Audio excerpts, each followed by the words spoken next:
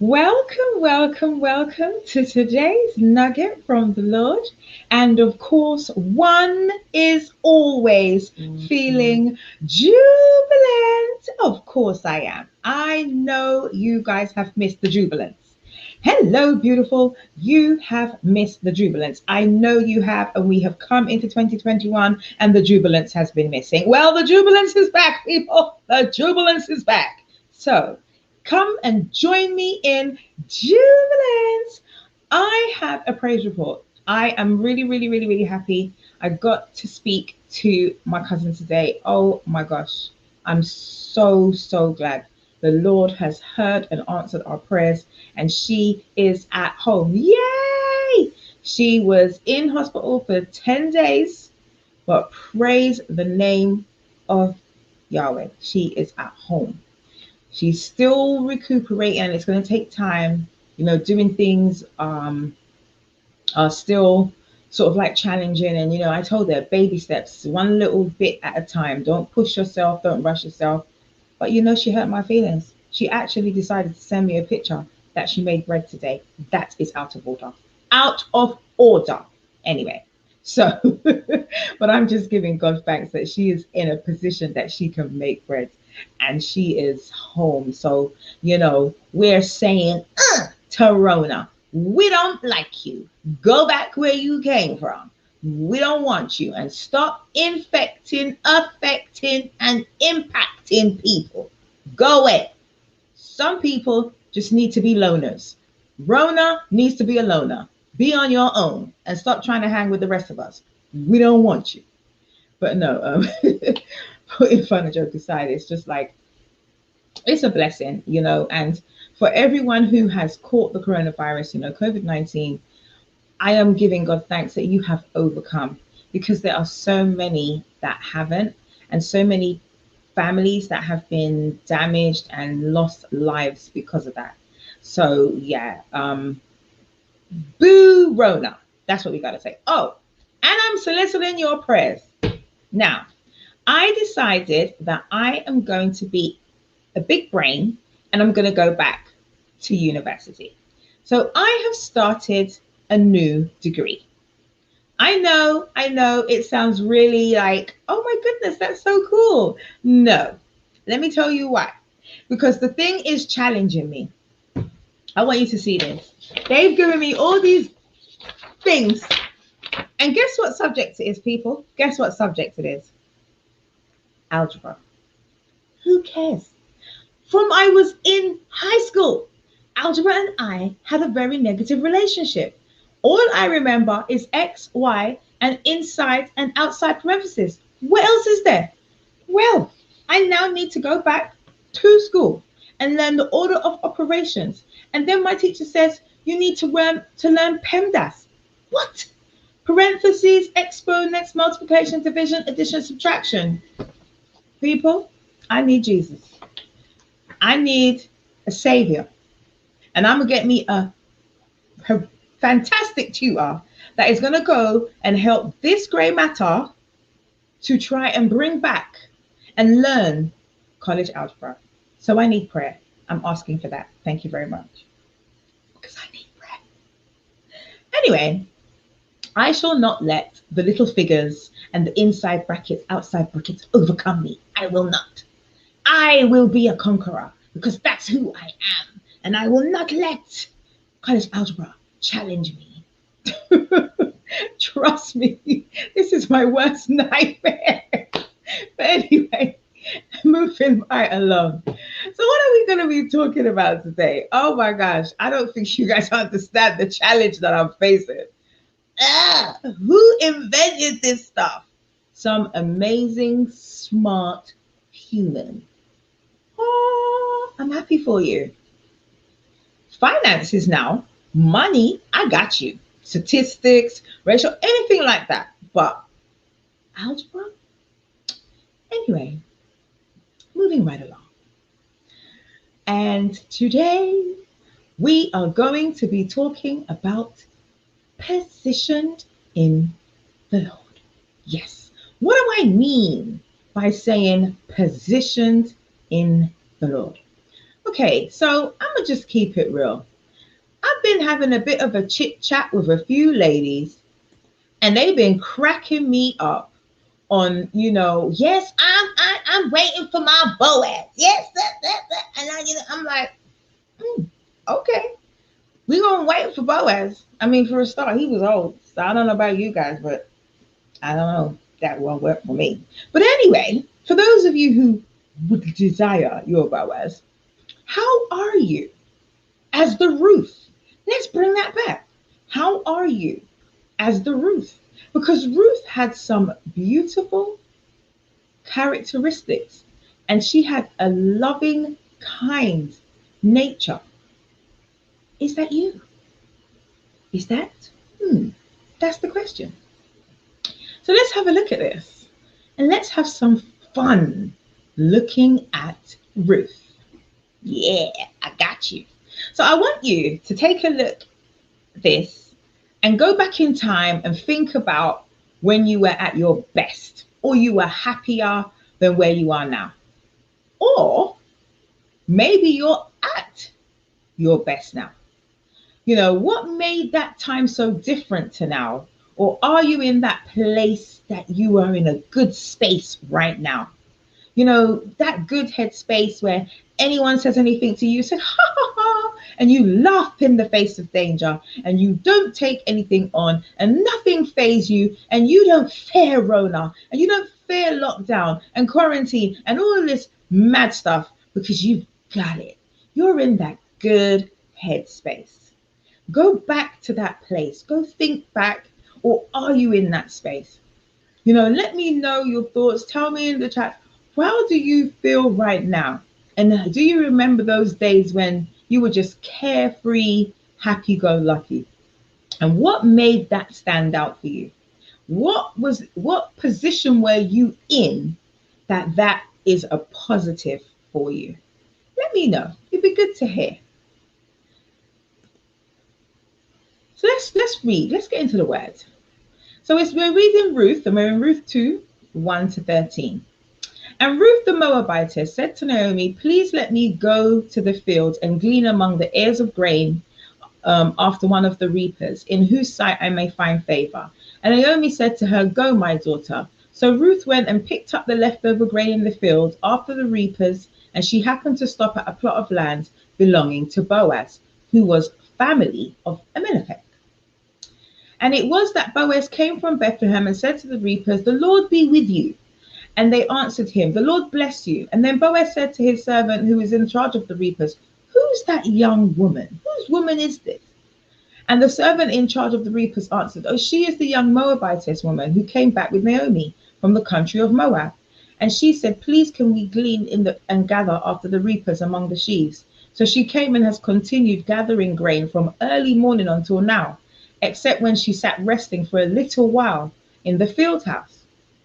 And then Boaz said to Ruth, listen carefully, my daughter. Do not go gleaning another field or leave this one, but stay here close to my maids. Watch which field they reap and follow behind them. I have commanded the servants not to touch you. And when you are thirsty, go to the water jars from the servants drawer and drink from them. Then she kneeled face downward, bowing to the ground, and said to him, why have I found favor in your eyes, that you should notice me when I am even a foreigner? And Boaz answered her, I have been made fully aware of everything that you have done for your mother-in-law since the death of your husband, and how you have left your father and mother and the land of your birth, and you have come to a people that you do not know. And may the Lord repay you for your kindness, and may your reward be full from the Lord, the God of Israel, under whose wings you have come to take refuge. Then she said, let me find favor in your sight, my Lord, for you have comforted me and have spoken kindly to your maidservant, for I am not as one of your maidservants. But now here's my thing. First and foremost, I want you to recognize Ruth's character. Ruth was not someone who just sit back, stayed in her situation and mourned. As you know, last week I talked about grieving and bereavement because my family also is grieving. She still said, you know what, we got to eat, that we need to live. So I got to get up I gotta go work and I need to help look after my mother-in-law. And she did not have to. She did that from the kindness of her heart. Because remember, her husband's died. That was Naomi's son. She could have stayed with her people, but she chose through love and kindness and the goodness within it, Ruth, that she would go with Naomi. Why? Because she realized she'd lost a husband, she's lost two sons, she would be alone. Let her go with her, and the two of them bond and grow. And that says a lot about Naomi as well. She must have been a beautiful, kind, caring mother in law. And please, please, women, if you have sons, please do not be the mother in law from hell. Be kind, be good, be the mother in law that you would always have wanted. It's so important to, to be kind, and it benefits your son. That's just a tip there. Okay, so let's move on so we can know a bit more. Now, this bit I love about Ruth. So afterwards, Naomi said to Ruth, my daughter, shall I look after security for a home for you so that it may be well with you? Now, Boaz, whose maids you are working, is actually a family to us. See, now he is winnowing barley at the threshing floor tonight. So wash and anoint yourself with olive oil, then put on your best clothes and go down to the threshing floor, but stay out of the man's sight until he's finished eating and drinking. Then when he lies down, notice the place where he's lying and go and uncover his feet and lie down. Then he will tell you what to do. Ruth answered her, I will do everything that you say. So she went down to the threshing floor and did just as her mother-in-law told her. When Boaz had eaten and drunk and his heart was happy, he went to lie down at the end of the stack of grain. Then Ruth came secretly and uncovered his feet and lay down. In the middle of the night, the man was startled and he turned over there and found a woman lying at his feet. If life was so easy. So he said, who are you? And she answered, I am Ruth, your maid. Spread the hem of your garment over me, for you are a close relative and redeemer. Then he said, may you be blessed among men, whether poor or rich. Now, my daughter, you have made your last kindness better than the first, for you have not gone after young men, whether poor or rich. Now, my daughter, do not be afraid. I will do for you whatever you ask, since all the people in the city know that you are a woman of excellence. And when she came home, her mother-in-law said, how did it go, my daughter? And Ruth told her everything that the man had done to her. And she said, he gave me these 6 measures of barley, and he said to me, do not go back to your mother-in-law empty-handed. Then Naomi said, sit and wait, my daughter, until you learn how this matter turns out, for the man will not rest until it's settled today. And this is where I really want you all to see the character of Ruth. First and foremost, I love Naomi's counsel. Many of us women, oftentimes we're like, yes, I want my Boaz, I want this, I want that. But we're not willing to make the conscientious effort to take care of ourselves, to look after ourselves, to look after our insides and to look after our outsides. Sometimes we care more about the outside than we do about the inside, but that's not what it's all about. It's about character. As you notice, the thing that preceded Ruth was her character. Boaz on both occasions in the word the encounter is, I have heard of your character. I have heard how you are a woman of excellence. I have heard how you are kind, how you are good. That is what is key and important to you being the virtuous woman that you desire to be. That is key to you being the kind, considerate, loving person that you are. Your character. And it's your character that will take you far. Not how pretty you look, but your character.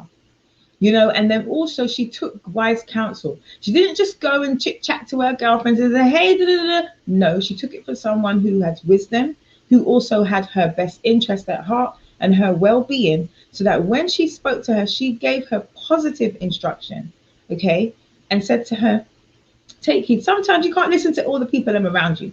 You can't listen to everybody. They don't always mean you good. And I'm just keeping it real. Some people just want to just be in your business or see stuff and learn stuff about you. That's not the people that you want in your life. Scratch those. Get rid of them. You need to be with positive people that are going to support you, encourage you, and counsel you to be the best that you can be. That's really important. So I just wanted to bring that to you from the words, because there you go. And then the key factor After all that she did, and she made the effort, she made work, and I'm not telling you to go out there and go and check and run down the man or do whatever, but you have to place yourself in a position so that you are noticed. You have to place yourself in a position so that you can be acknowledged. And that doesn't mean that you have to stand there looking pretty, but it could be because you're a kind person, or you're considerate, or you've been helpful, or you've done something. You could be helping in the soup factory. Many people need help now. You could be helping at the food bank, the clothes bank, doing some form of charitable good deeds. And then what happens is, when you encounter people in those locations, it also benefits you in the sense that people see your character. You don't have to boast about what you do, but people will just generally be like, oh yeah, we know her because she does blah blah blah blah blah. And you'd be surprised. Oftentimes, when you need you are, if you are single and you desire to have a spouse, people will refer you, recommend, say, oh, you know what, I really know this really nice lady, she's so sweet, she's this, she's whatever, you will love her. You know that your character goes before you. And she took wise counsel. She got herself dolled up, smelled sweet, dressed nice, and she had a positive character. And then she learned to wait. It's hard sometimes, the waiting game, but she learned to be patient in the Lord. And that's hard work. And I'm going to tell you, because I know. So, what do I mean by positioning? If we go by the definition, positioning defines where your product, item, or services, and we're using business because I'm a business minded person. It stands in relation to others, offering a small product and services in the marketplace, as well as the mind of the consumer. A good positioning makes a product unique and makes the users consider using it as a distinct benefit. So it's where you stand in relation to others. So where do you stand in relation to the next person? That's how it is when you go to an employer. If you're looking for a job, if you want that next great career, of course, what do? You position yourself. You make it so that when they read your resume, when they see your video, if they have that phone call, they are hearing, seeing, and reading that this person is going to benefit. There is something that this person has to offer that is going to make this team better. Your position about who you are will make people consider encountering you, and that you're a distinct benefit to them. And that's just the reality of life. That's how we have relationships. What's the benefit to me in this friendship, in this relationship, in me going to the supermarket? It's all about positioning. And of course, we all know that company Starbucks. What makes Starbucks come in your mind? Why do you think about Starbucks? What does Starbucks say that they offer? Why people think it's one of the best places for coffee, frappes, mocha, all kinds of stuff.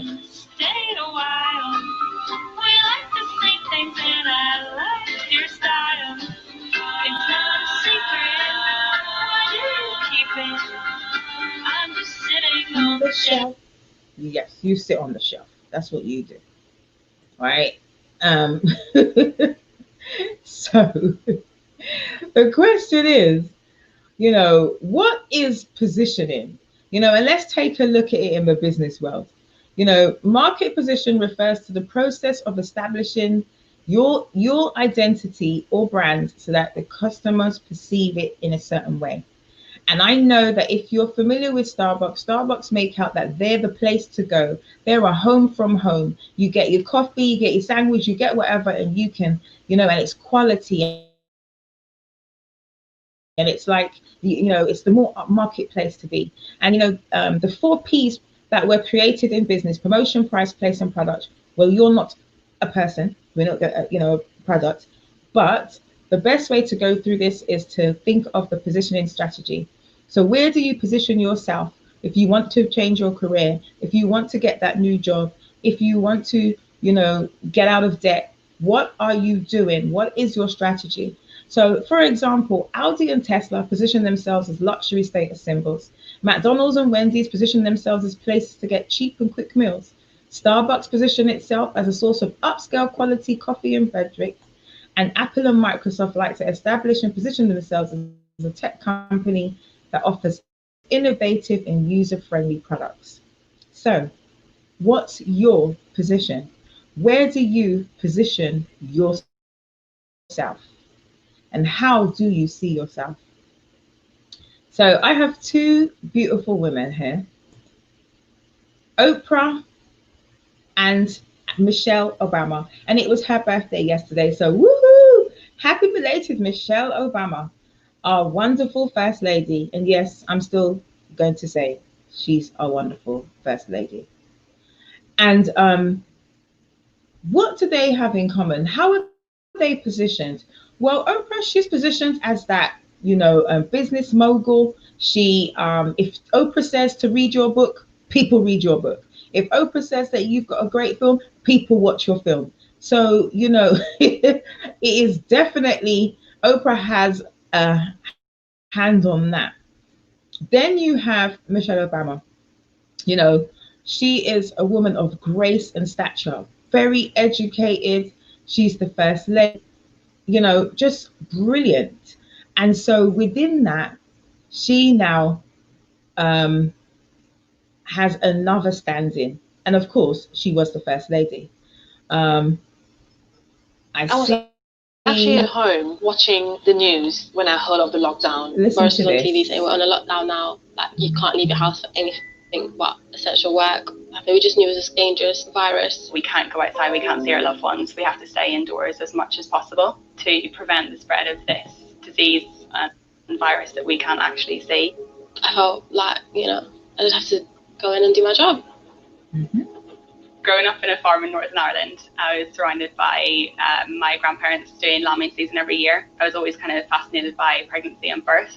Once I found out that midwifery was a job, I went straight from school to uni and did that, and then straight into my first job here in London.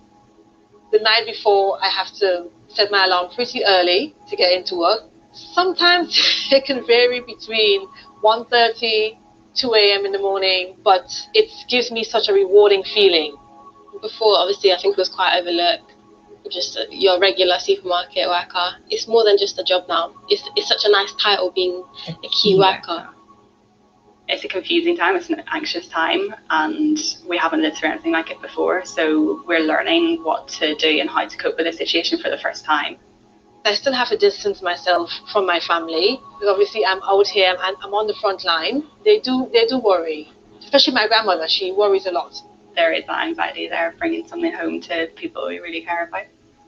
If you show in your face that you feel some type of way about the pandemic, it shows to customers. It doesn't really reflect well. You have to be happy. Like if I can put a smile on someone's face because I'm smiling, like that's amazing for me. That's all I need. I'm very proud to be a key worker, and I feel like I am actually doing my part because I have to get key workers to work. I just love being with a woman in that really special time in their lives. Hackney drew me because of the diversity of women that we see here.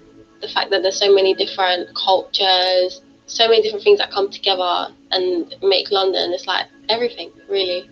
This has certainly shown us that life is short and we can't take anything for granted. No. Everyone has contributed something during this pandemic and outside of the pandemic that has kept this country going, whether it's in a small way or a big way. We have seen a tremendous amount of community spirit, acts of kindness and unity throughout this pandemic.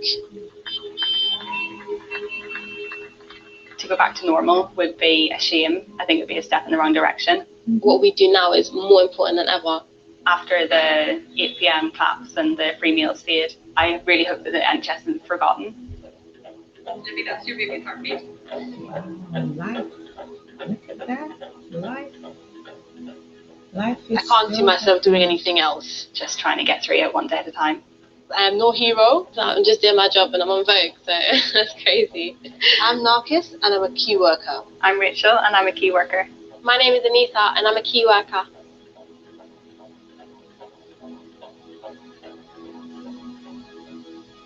Wow. That's amazing. So I just wanted to share that with you guys because I wanted you to know that where you are right here, right now, in your position, you could be making such a difference in someone's life. So it's really not about sweating the small stuff. It's about trusting God, being faithful and honoring Him so He honors His promises to you. And it's difficult to wait on God, which I know, you know. But I love this scripture that I'm going to leave with you before I pray. Isaiah 40:31. But those who wait for the Lord, who expect and look for and hope in Him, will gain new strength and renew their power. They will lift up their wings and rise up close to God like eagles rising towards the sun. They will run and not become weary. They will walk and not grow tired. So I am sharing with you today that your position in life right here, right now, is for a reason. Don't waste it. Don't be worrying about the things that you cannot change, but take the time to take those baby steps to make the changes that you can. It's important. And remember, if you want to see change, change begins with you. So let's pray.